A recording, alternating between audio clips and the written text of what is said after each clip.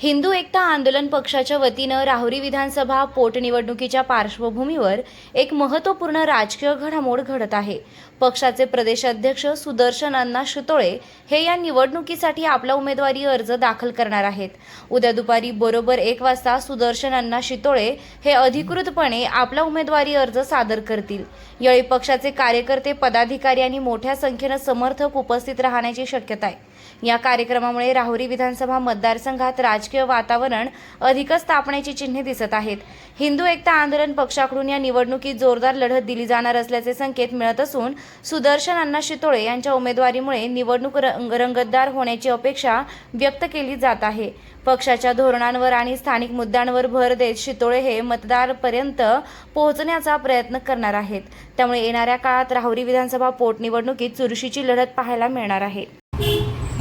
आज हिंदू एकता पक्षाच्या वतीने बारामती विधानसभा व राहुरी विधानसभा या निवडणुका लागलेल्या आहेत।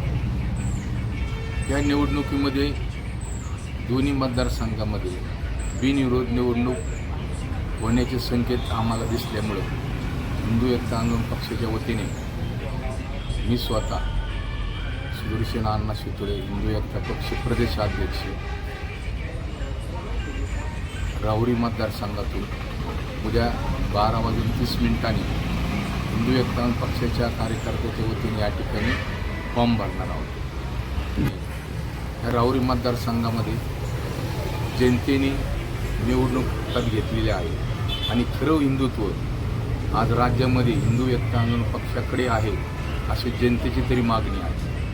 आम्ही बिनविरोध न करण्यासाठी या ठिकाणी उमेदवारी दाखल करतो आणि राहुरी तालुका अध्यक्ष आमचे इथं प्रसाद गाडे आहेत, जिल्हा संघटक सोपानराव पागिरे आहेत, गणपंत गाडे आहेत। असे पहिल्यापासून राहुरी तालुक्यामध्ये हिंदू एकता पक्षाचं काम जोरात चालू आहे।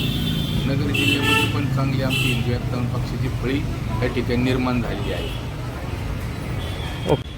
या ठिकाणी आपण जर राहुरी मतदारसंघ जर पाहिला तर राहुरी मतदारसंघामध्ये कुठलाच गेली 35 वर्ष विकास झालेला नाही। आज जर पाहिलं आपण मार्केट यार्ड असेल,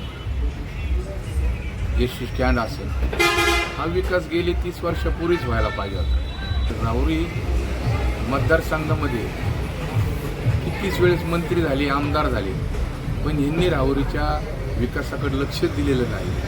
म्हणून आम्ही या ठिकाणी विधानसभेमध्ये गेल्यानंतर राहुरी मतदारसंघामध्ये फक्त विकासाच्या वाटचालीसाठी या ठिकाणी आम्ही फॉर्म भरणार आहोत।